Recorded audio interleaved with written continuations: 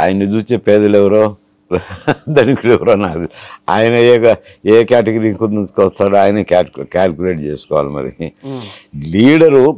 Leader party తీసుకుంటే ఇది పేదల పార్టీ అనేది చెప్పచ్చు. లీడరే పెద్ద ధనవంతుడు, తెలుగుదేశం నాయకుని కంటే ఎక్కువ ధనవంతుడు కదా. పార్టీలో నిలబడిన అభ్యర్థులు కూడా ధనవంతుడే కదా అంట. మరి పేదలకు ధనికులకు యుద్ధం ఎట్టు జరుగుతుంది ఆయన చెప్పచ్చు. కానీ స్లోగను అక్కడ పేదలు ధనికులని కాదు జరిగింది. ఈ చెప్పింది కదా నేను అన్నిటిని పట్టి ఏదో ఒక రిజల్ట్ వస్తుంది. ఇప్పుడు రకరకాల సమస్యలు సో లోకల్గా ఉండే సమస్యలు అయితే కేవలం ప్రభుత్వం మీదనే వ్యతిరేకత అనేదానికి లేదు, కులాల సమీకరణ అనేదానికి లేదు, అభివృద్ధి లేదులేండి. అభివృద్ధి ఏమి లేదు. అదేంటి మీరు అన్ని పోర్టులు కట్టామని చెప్పి మొన్న కూడా వాళ్ళు పెద్ద స్టేట్మెంట్ రిలీజ్ చేసుకున్నారు. ఎవడో వచ్చి అభివృద్ధి జరుగుతోంది చాలా కాదు, ఎవడో వచ్చి పోర్టు కట్టుకుంటే ప్రభుత్వం చేసింది. రోడ్లకైతేనేమి వైద్యానికి అంటే ఏముండాయి ఖర్చు పెట్టడానికి. అవన్నీ అభివృద్ధి అనేది కుంటుపడిందిలేండి.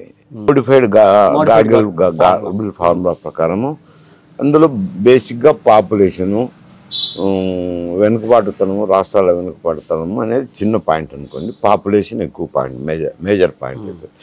దాని ప్రకారము ఆ ట్యాక్స్ అన్ని రాష్ట్రాలకు పంపిస్తారు. ఉదాహరణకు ఇప్పుడు హైదరాబాద్ తీసుకుందాం అనుకోండి. ఎవరన్నా చూస్తే ఏమంటారంటే హైదరాబాద్ అభివృద్ధి చెందిందంత తెలంగాణ ఆదాయం అని కామన్గా మాట్లాడతారు. కానీ ఇక్కడే ఉంది ఫార్మా ఇండస్ట్రీ, బాగా వేలునుకున్న పరిశ్రమలు.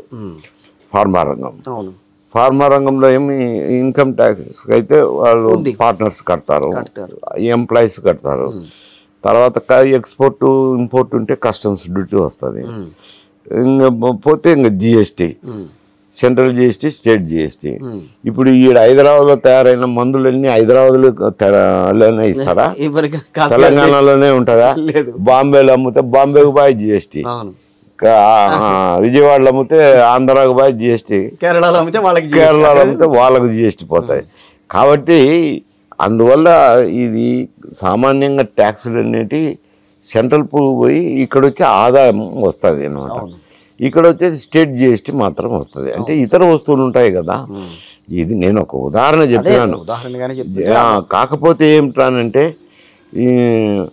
ప్రతి ఒక్కరూ పే చేస్తారు. ఈ జిఎస్టీ అనేది ప్రతి ఒక్కరూ పే చేస్తారు. ధనవంతుడి కాడ నుంచి పేదవాళ్ళ వరకు పే చేస్తారు.